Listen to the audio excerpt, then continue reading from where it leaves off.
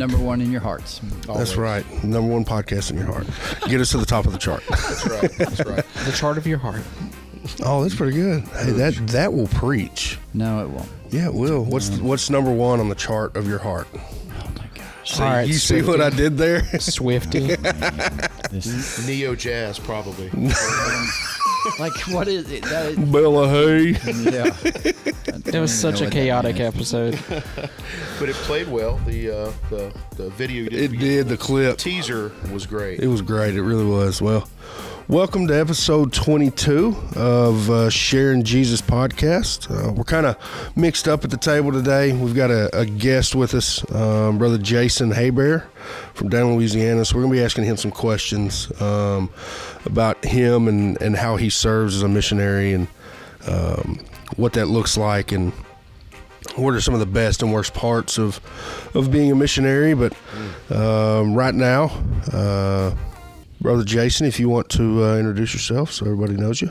Yeah, I'm not Brother Michael Reese. He's much taller and thinner than I am, but he is my brother-in-law. My wife and his wife, Karen, are sisters, but he's just a brother to me. I am the missionary church planner to Lafayette, Louisiana, sent out by Calvary Baptist Church in Minden, Louisiana. We were sent out in November of 2015. And we've had a couple moves along the way, and looking like we're getting really close to finding a nice landing spot to organize in the next couple of years, probably. So God's been good to us. Nice. Now, you are Parker's dad, right? According to the test that Maury Povich showed me, I am definitely the father of Parker Hebert, yes. So. Maury, boy, that's a 90s, 2000 show. It's good times right there. Boy, Hey, it's good stuff. it is. I remember as a kid staying sick when I was a kid from school. It was Jerry Springer and Maury, back to back. Yeah. What was it before? What was it, 10 o'clock? Probably Phil Donahue, probably. No, it was Bob Barker. The Price is Right. Price is Right. That's it. Yep, Price that's is Right. it. That's it. Well, all right. Well, I just got a few questions for you. And with you being a guest, this is going to be kind of more questions directed at the guest than it is anybody else. And we can kind of get in here and there on comments and stuff like that. But tell us where you serve as a missionary. I'm in the beautiful city of Lafayette, Louisiana, kind of the gateway to a region of Louisiana known as Acadiana. Whenever the Cajun people were kicked out of Nova Scotia in the 1700s, they were put on exile ships. Moms and children were separated, husbands and wives, and put on slave ships because, as Justin Wilson, the famous chef, once said, they chose to swear at the king instead of to the king. And the king didn't take too kindly to that, so he kicked him out of Nova Scotia. I'm sorry. It's Parker's thing, touching the microphones.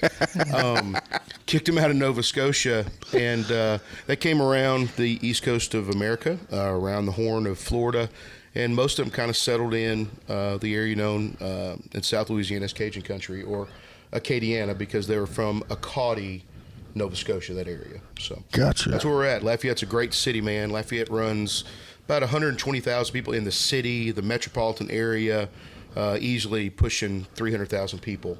Wow. And, it's an awesome place to live. I love it. Wow. It's hot. We got the opportunity to go down there and serve this past summer. Whew, I was telling Coach, because he is a coach too, I was like, I don't know how you do this every day. I don't know how you deal with this heat. And he's like, this ain't heat. This ain't hot. We just keep on keeping on. That's all you can do. And boy, he's out here tackling dummies, showing these kids at LOL how to get down on the football field, and really just spreading some love to them. But it's great to hear that a missionary knows the history of the area that he's in. I think as a missionary, you probably serve those people a little better knowing the history of that area and how they established them.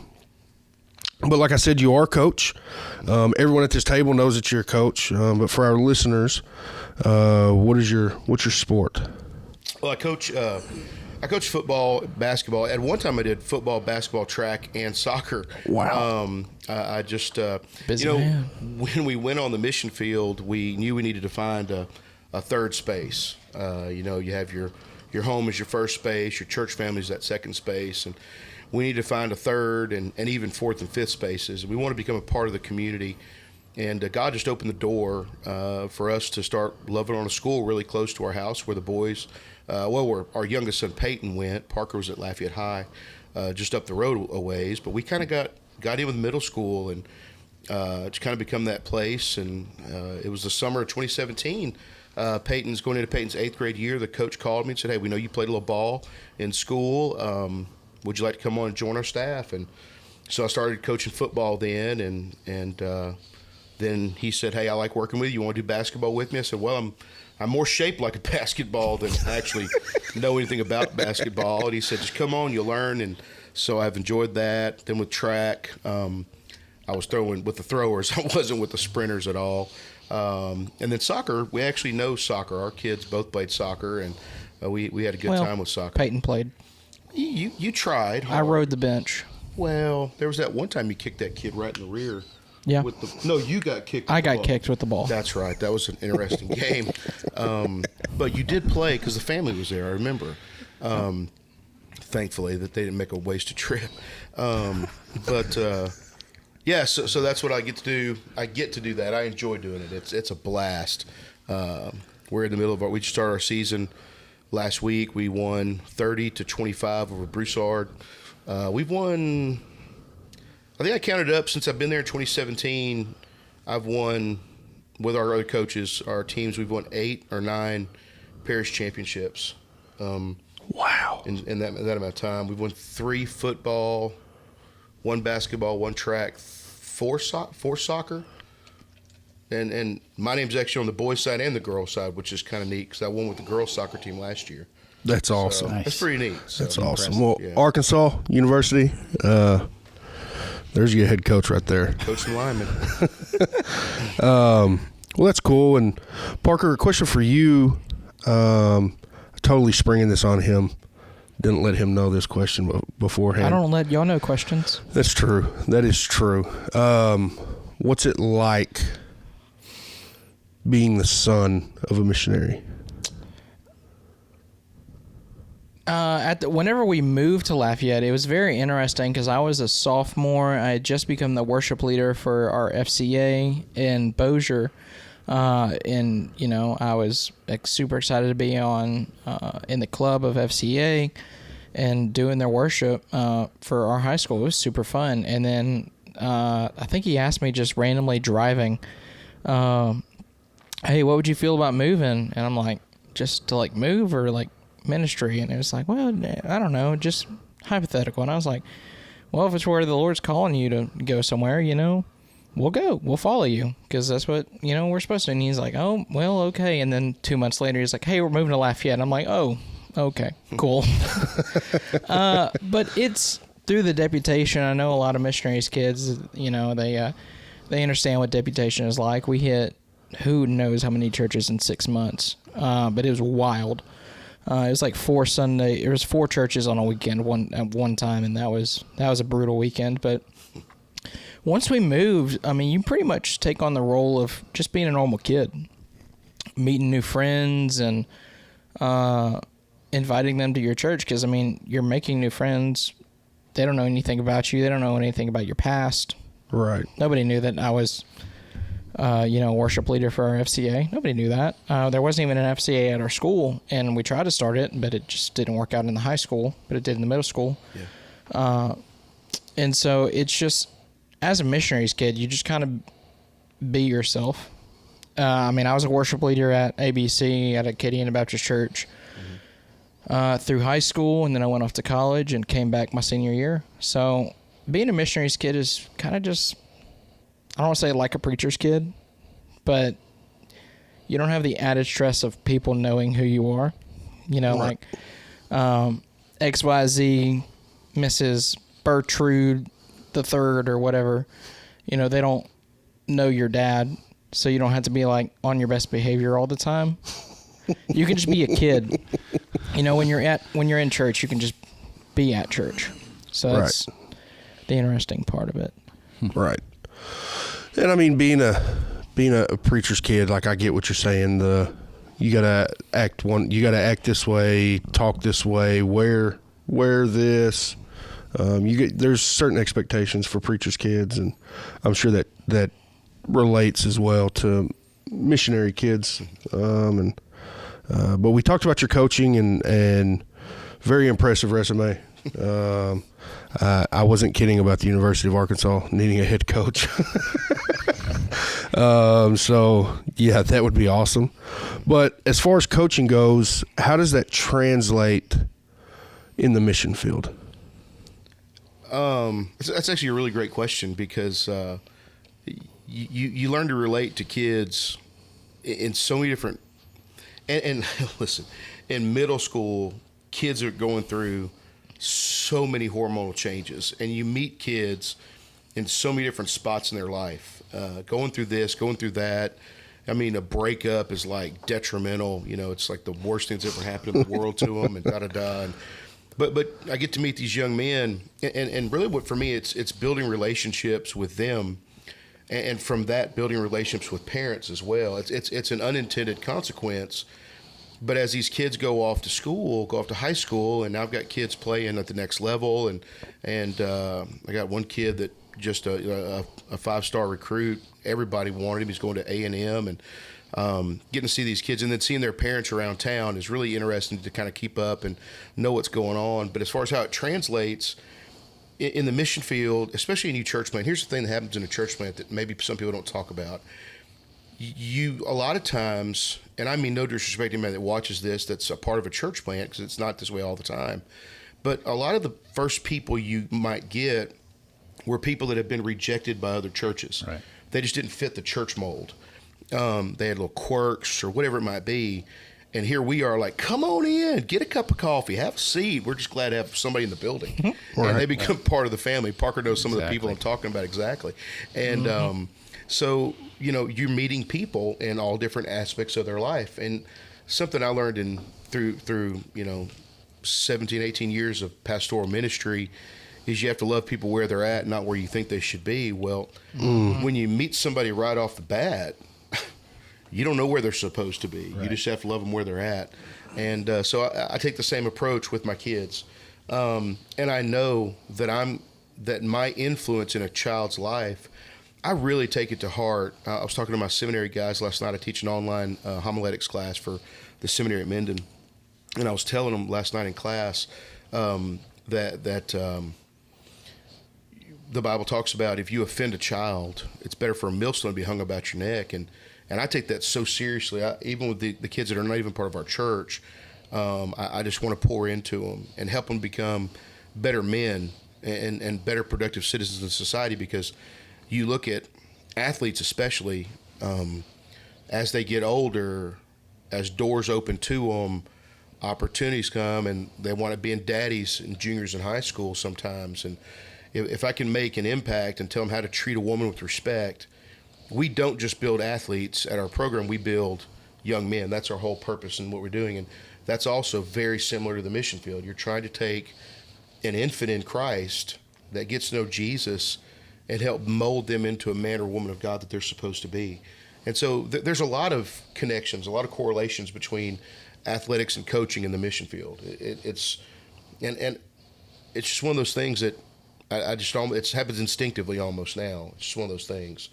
So that's what I would say. Well, and I think to kind of piggyback off that, there's this idea that missionary and missionary work is so different than regular church work. That the mission field for missionaries is in a different country doing a different thing, or in a different state doing a different thing than what the church is doing. But as I hear you describe coaching and doing missionary work in Louisiana, it sounds a lot like what the church should be doing: building relationships, meeting people where they're at, leading and discipling them through their lives to a better life, and leading them to Christ. And so I think it's really cool to see the correlations between the mission field outside of the church and what we as regular Christians should already be doing. So you're married to Miss Cindy, and you've got another son. I do. Peyton. And now he serves in. I didn't do anything, Dad. He serves in the church, right? In y'all's church. He does, just like Parker did. He sure Awesome. did. Yeah, he's very active. I kind of joke around with him that he's the button pusher at church. He runs a sound booth. He's the button pusher in our button group pusher. chat, is what he is. Yeah, he's quick on that finger. He's quick. But actually, I was telling Parker at lunch that I'm this close to totally giving him free reign with the song service and let him take over. Matter of fact, yesterday morning, I kind of I couldn't get through to the last song. We were singing "Greater You, Lord," and so what we do, we have 3 songs and a dedicated time of prayer, and then we have a final song that I preach. So as we got the dedicated time of prayer, I called him out of the sound booth. I said, "You got to lead the last song." So he just hopped right in and did it, and he's taken the lead this month in our Jam sport camps, which is our Sunday night program, and we're doing Jam sports camps this month, and he's kind of taking the lead with a lot of the activities. So I'm really proud of both these guys. I'm proud of both of these guys, all these guys. But when it comes to my boys, I'm very proud of my boys, who Parker says he was just like able to be just a kid. Parker and Peyton in middle school, Parker in high school, they both took on adult responsibilities in the mission work from day one. I remember our first setup and tear down in the cafetorium Ernest Gillette. in Ernest Gillette Elementary, and Parker's running a 50-foot snake that's heavy as all get out, and Out of a yellow tote. out of a yellow tote. That's right, and we were plugging it all up and setting up our screens, and they never complained. Parker and Peyton never complained through the whole process, and it was an incredible thing to see God. Because Parker's right, that is the exact words he said. We'll follow where God is leading you, Dad. They both said that. I didn't have to prompt them or coach them. They both instantly said that. And Cindy said it as well. And just God brought all of us together. And I had somebody who's amazing at hospitality in my wife, an amazing talent, even in junior high or middle school, or high school rather, to lead worship.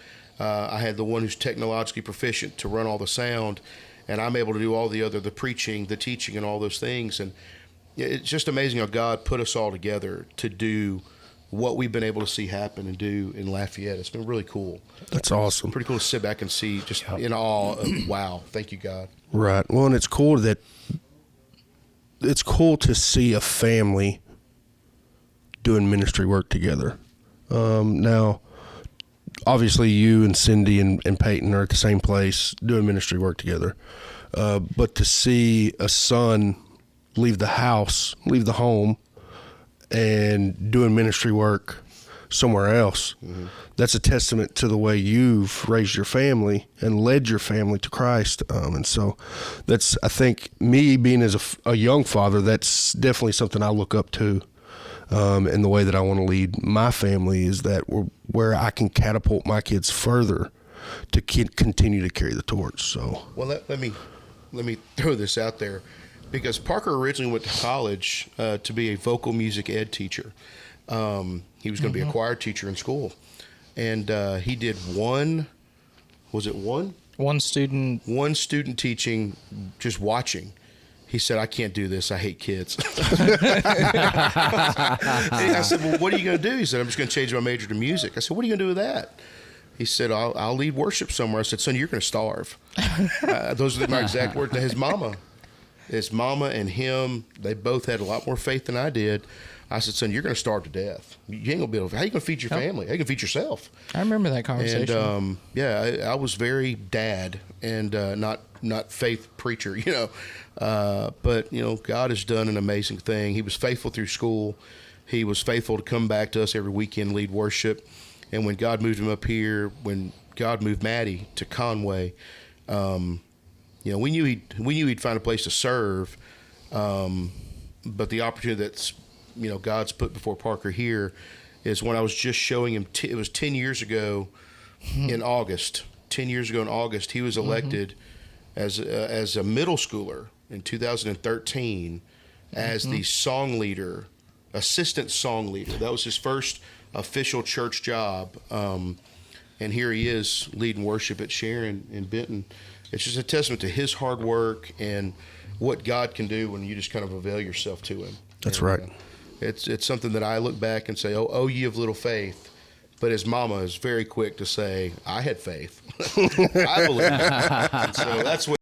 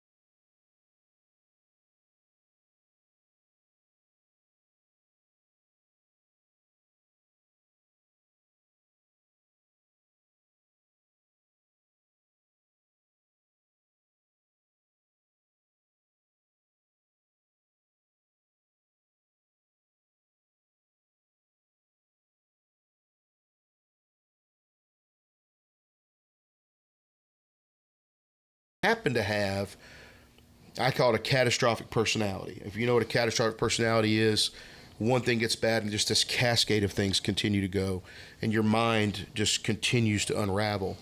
So what would happen for me is when the numbers wouldn't go up or something bad happened, okay, they're going to stop supporting. Now my sponsoring church is going to start wondering what's wrong with the missionary. They're going to fire me, and when I get fired, I'm going to be homeless because I've got not enough saved up to buy a home. We're going to have to move in with my parents. My kid's going to wind up being murderers on death row, and it's going to be a horrible situation. And that unraveling, if you don't have people that surround you and it can encourage you, like my family and my boys, you can really unravel quick. Right. And it can be a very dark time. I also went through a stage of adrenaline burnout because leading up to going on the mission field, nobody had been to South Louisiana. Hebert's going to go. Man, Hebert's going to South Louisiana. We know Hebert. He's built church. He's done good work. He's a preacher. And so I'm like the cat's meow. Everybody's all about Hebert. Never had to call for a preaching appointment. I could go anywhere I wanted to. I get asked to preach the mission sermon at the ABA, and everybody sees me, and blah blah blah, and preach a lot of revivals, and then all of a sudden, it gets quiet. The routine sets in, And that adrenaline that you didn't know you were feeding off of, the need for it's still there. And I bottomed out and needed some help to get through. And thankfully, my wife is incredible and has been through her own things. She's a published author, and she was able to help me through. She told me that she had conversations with Parker and Peyton that, look, Dad's just having a day, just don't bother him. And that bothered me so bad that my boys were having to kind of stay away because I was almost out of control. Not that I was doing things crazy and bad, and just I would kind of snap. I would bite back really quick. And that was one of my darkest times on the mission field, man. It really was. But then you look back over it all, man, and we still got ways to go, but we see how God's brought people in, and they're just incredible pieces of a puzzle. And before you know it, this little core group starts to form up, and people continue to build on that. And to me, that is the most amazing thing about mission work. And really, honestly, every pastor gets to see the same thing, just in different facets, different age groups, different formats. But somebody said it like this: every pastor does mission work, and every missionary does pastor work. And that's certainly true. That's definitely been the way it's been. Right. So Cool. Well, before I get to my last question, I want to open up the table to you two if you've got questions or comments on. Well, I was going to, he's talking about mission work and what that looks like. And the word I would choose is lonely. I mean, we were so lonely when we were church planning, because each week you get up there and you're casting vision. And I think I'm the only one listening, because they're not, the body isn't going and doing what we just talked about. And it goes back to kind of what you'd mentioned. When you church plant, the thing that the kinds of people that you attract to your church plant are people who have been burned and hurt by church or have never tried church. So these people that predominantly that ended up at our church had been burned and hurt by church. So one, they wanted to come and not serve. They wanted to come and just mend my heart, mend my life. So we found ourselves doing that. Our church plant met on Saturday nights. We had 5 current pastors who were attending our church, and then going on Sunday morning and preaching at their church, because they were hurting, because they were lonely. And so here I was, we were pastoring pastors, but our church wasn't growing, and they weren't tithing to our church. They were tithing to their church where they went. And so it was just this weird dynamic where I was like, I'd see these pastors walk in. I was like, oh man, this is exciting. This is going to be a great resource. Nope. yeah, They were just coming because they were hurt. They as pastors were hurt, and they were hungry. They were thirsty. So then we saw, okay, well, maybe we are having an impact on their church, good or bad. I don't know. Hopefully we're encouraging them. But for some reason, they've ended up here on Saturday nights. So let's minister to them. Yeah. And then you have, and that, you talk about that culture. The beauty of a church plant is you get to dictate the culture. yeah, In that, and when I say that, you get to look at the people you want to do ministry to, that you've identified as your audience, or for lack of a better word, your audience, and you get to minister them and meet them where they're at, versus an established church that now that audience is inside. yeah, And I don't want that to sound terrible, but God's called us to go. And after 10 years, church plants have a tendency to turn inward. yep, And they discontinue to look at what's going on in our neighborhood and how do we minister to those that are inside our 4 walls. yep, And all of a sudden we forget people outside the 4 walls exist. yeah, And we abandon our culture to embrace this culture, which is safe. We like safety. We like comfort. So we've now become inward focused, and we become ineffective a lot of times. we actually forget what got us to where we are. Right. We forget that outward thrust that propelled us to the beginning, and you can never get away from it, and you have to guard against that tendency. and establishing the culture, like you said, that's already established in most churches, has really been a joy. Our Parker's brother Peyton is surrendered to ministry a couple years back, and he's starting the seminary a little bit and things like that. And I worry about when this is what he's been used to the last 7 years. Right. We're a speedboat. We're not even a church. Bigger churches are like cruise ships, man. It takes forever for them to turn, right, to make a change. We're like not even a speedboat anymore. We're a wave runner, bro. Yeah. We're just zippity dude on whatever we want to do. And he's going to go to an established church and think. So I constantly try and encourage him. And I have to remind Parker about those things too. It takes time. You can't do what we've done at Acadiana everywhere else. We're able to zip around pretty fast. And man, the whole the lonely side of it, it's definitely worse on my wife. It was harder on Cindy. It's still hard on Cindy. It's hard for a preacher's wife to have friends. It's difficult for them to cross that bridge and get to, because they can't complain to a church member about things their other girlfriends might complain about their husbands about, because her husband stands in a pulpit on Sunday morning. Right. And he's not perfect. He's Right. got issues. And there are things like that are always tough. And then you have to worry about, can I trust another preacher's wife with this? Well, she's got her own issues too. Right. And it's really, really hard. But the loneliness, I'm 3.5 hours away from my sponsoring church. We're a tight family. The Reeses, the Wilkes, the Heberts, we're a tight group.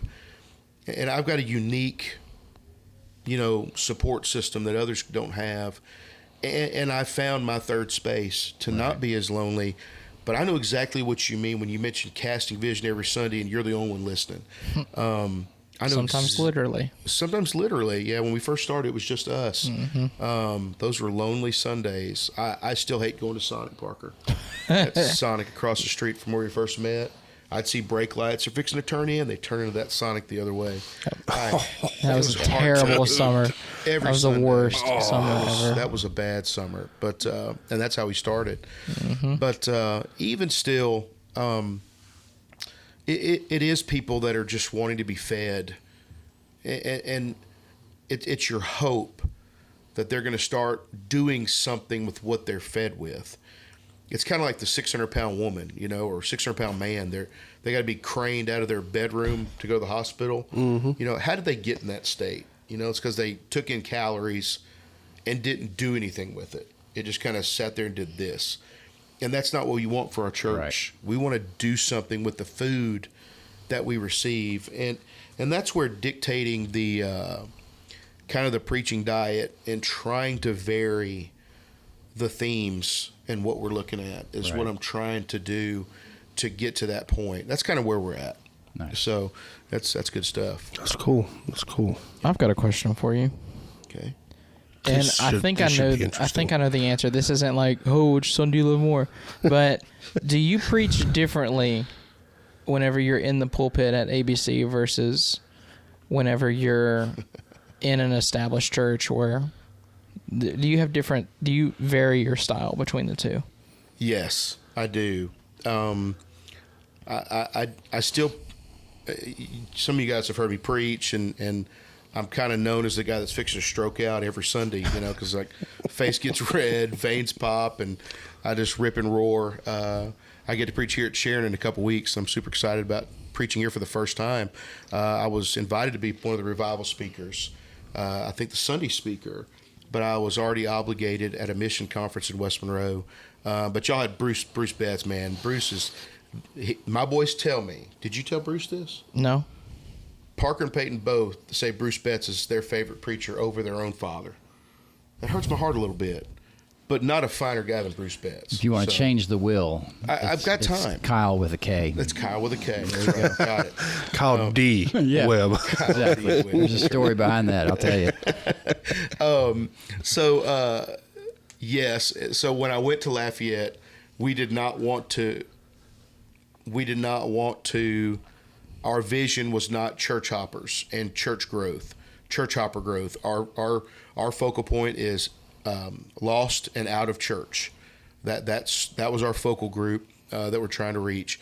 So my thought process was, I can't stand in this pulpit like a maniac and blowing people away every Sunday with just this vehement, stream of hellfire and brimstone and thundering things from the heavens. And not that that's how I feel about my preaching, even though I just kind of described it as such. Dude, clip that, please. The world doesn't need to see that. All 75 of our listeners. But I felt like I had to be almost more conversational. But even that's changed a little bit. I still get pretty animated, and I teach homiletics at the seminary Minden online course, and I've tried to hone my preaching skills over the years. And there's a time and a place for how you preach.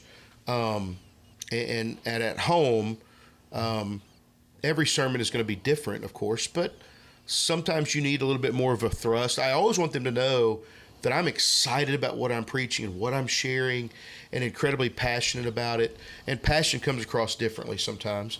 But I never wanted to, like when I'm preaching a revival or when like evangelists at Next Camp, I'm not going to preach like that on a regular Sunday. I've never been the same at any church I pastored as I am when I preach a revival. When I preach a revival, I really let her rip. And I was telling Parker at lunch, even to the detriment of my own voice. My voice still isn't right from Next Camp. That Monday night, when my throat got dry and I still had to preach through, I think I actually did a little damage to my vocal cords, and it's not been the same ever since. That was 2 months ago. And I'm still not right. Wow. Yeah. I told him he needs to go see an ENT. Yeah. Sacrificing body for the word. That's right. So no, I don't preach the same at ABC as I do at other churches today. So, well, I'll say this, and if you've got a memory, a favorite memory with Brother Hebert, I'd say share it. But I've got a couple. Obviously, Next Camp. We're at Next Camp. I can't remember which night it was, but me and Caleb, it was during invitation or during the response. Me and Caleb were on the, if you're looking at the stage, the left side, and the Spirit was moving. I think it was either the first or second night, because there was a massive response the first night, which is not normal at church camp. Not at a ABA church camp. It usually takes a couple days of being in worship and message for the response to happen. But this group of girls came down, and they're praying like right there beside me and Caleb. And they get up and they go back to their seats, and Caleb elbows me, and he says, "Hey, look." I look down, and then he goes over to you and says, "Hey, look." And then you go on to talk about prayer and those teardrops that were on the altar. And sometimes, and I think we've said this maybe in this podcast before or in our pastoral life group, that sometimes our prayers are nothing more than tears. It doesn't have to be this extravagant words and cute little phrases and this, well scripted prayer for God to hear it. Like sometimes the only thing we can get out is tears, and that's okay. Absolutely, because God knows our heart. Right. And so, but I think my all-time favorite is when my son, never met you before, we're at LOL. Dude is a eating machine. Let me just say that before I say anything else. We're at UL, and this Samson, he sees Uncle Cooney is what he calls him, takes off running, hops up in the booth right beside him and starts eating off Jason's plate right there. I didn't mind sharing. Hey, and Uncle Jason was like, "Hey, whatever, bud. He's good. He's it good. took him in like he was his own, So Wish I could see him. Maybe I catch him on the way back through, but yeah, maybe. sweet Now he's kid, his favorite son. Big shocker there. That's Samson with an S.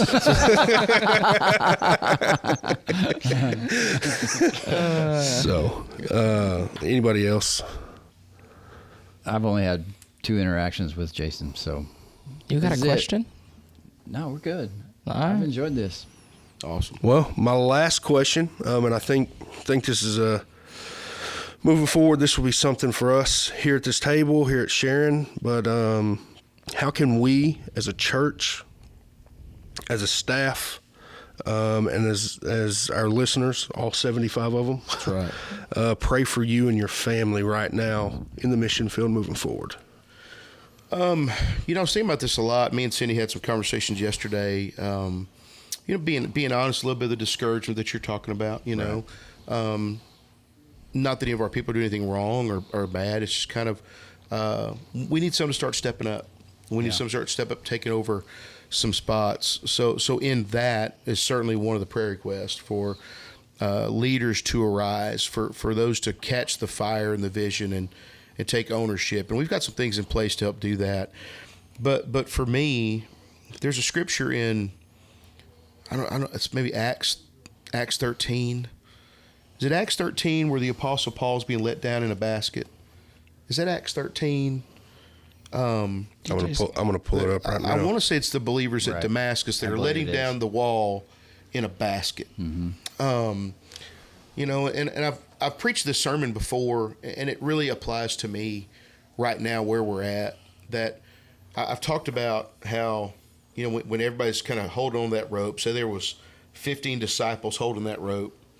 What if one of them decided to loosen their grip, but still look like they're pulling? Right. It's not so bad if 1 out of 15 does that, but what if 14 out of 15. 14 out of 15 think they're the only one doing that? Right. And next you know, nobody's holding the rope. Correct. So I don't want us to let go of the rope for a couple reasons. And Acts 9. it's Acts 9. Where they're letting him down through the That's basket. right. It's right after he was saved. Acts Yep. 9. That's right. Acts where they're letting him down by the wall. And if they let go of the rope, think about a fall in a basket. You're just dead weight in a basket. And a fall from too high certainly can be fatal, but even a fall from 20 feet, 2 stories down, can still be fatal and really brutal. Right. And so close to the end. Mm-hmm. To let go of the rope when you're so close to the end would be just so tragic to me. And the other thing, too, for me, for us to not let go of the rope, but in Acts 9, man, nobody knew anything about Paul except for what he was before. They didn't know what Paul was going to go on to do. They didn't know the great missionary Paul was going to become. They didn't know Paul was going to spend 3 years in the Arabian desert being taught of the Lord and become the missionary of all missionaries next to Jesus. They had no idea. So wouldn't it have been tragic if we let go so soon, not knowing what's in that basket? And I think about our church. What could Acadiana Baptist Church do, or what would happen if we let go of the rope too soon and it all fell apart? And we just need wisdom to not organize too soon. We want to make sure that there's a strong, mission-minded, sound missionary Baptist church in the heart of Acadiana that can start sending missionaries everywhere else, especially throughout the rest of South Louisiana. That's our vision. That's our hope. And wouldn't it be a shame if we quit too soon, or